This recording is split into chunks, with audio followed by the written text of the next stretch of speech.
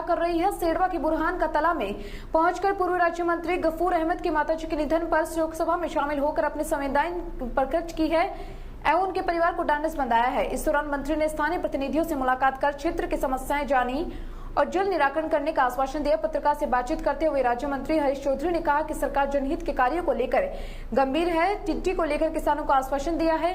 इसके साथ ही मंत्री हरीश चौधरी ने केंद्र सरकार पर हमला करते हुए कहा कि किसानों को चुनावी समय में बिजली बिलों का माफी पत्र देकर लॉलीपॉप दे दिया। भाजपा ने ये अपने मैनिफेस्टो नहीं लिया है, केवल चुनावी जमूलों के लिए ही किया था। मंत्री हरीश चौधरी ने किसानों को शांति बनाए रखने की अपील की। मंत्री हरीश चौधरी ने कहा कि कोरोना रोकथाम में राजस्थान प्रदेश को देश में मॉडल के रूप में लिया जा रहा है और प्रधानमंत्री मोदी ने भी कोरोना रोकथाम के लिए जो कार्य कर रहे हैं राज्य सरकार के प्रयासों को सराहनीय बताया है। इसके साथ ही इस दौरान मंत्री के साथ अधिकारी और जनप्रतिनिधि भी उपस्थित रहे।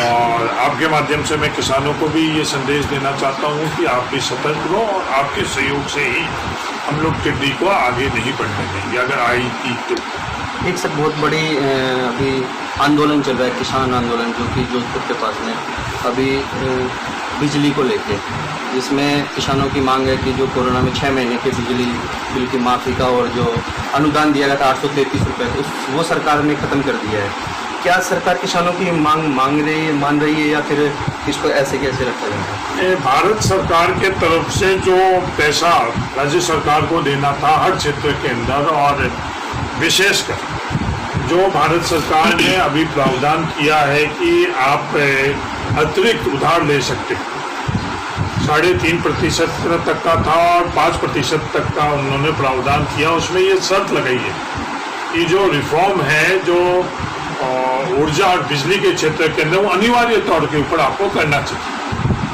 भारतीय किसान संघ RSS का एक संगठन है और उनकी खुद की सरकार भारत के अंदर है और वहाँ केंद्र सरकार नरेंद्र मोदी जी तो फैसले अलग कर रहे हैं और किसानों के बीच में आकर वो अलग बात कर रहे हैं। तो मेरा उनसे भी ये निवेदन है कि आप किसानों के बीच में जो भी सच्चाई है, ये जिम्मेवारी सभी की है कि किसान को कैसे हम मजबूत करें, उनके लिए फैसले हम लोग कैसे करें, वो ईमानदारी यहाँ रखें। पिछली दफ़े जब राजस्थान के अंदर इनकी सरकार थी तो इन्होंने बिल्कुल भी ये 800 रुपये की जो आप बात कर रहे हो उसका प्रावधान, उन्होंने वित्तीय प्रावधान ही नहीं किया।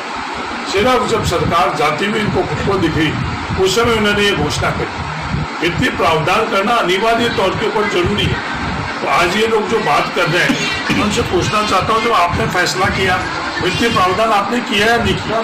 तो आपने ये फैसला किया तो 5 साल के अंदर किया या नहीं किया? तो कथनी और करनी के अंदर ही अंतर नहीं रखें, किसानों के ऊपर राजनीति नहीं करें, किसानों के लिए राजनीति करें और हम सबका दायित्व बनता है। तो मैं आपके माध्यम से अपील करना चाहता हूँ केंद्र सरकार से कि जो बिजली के संदर्भ में राजस्थान सरकार को जो वो देना चाहिए, जो राजस्थान सरकार अधिकार रखती है, हक रखती है, वो वहाँ रुके नहीं और किसानों के बीच में गलत सूचना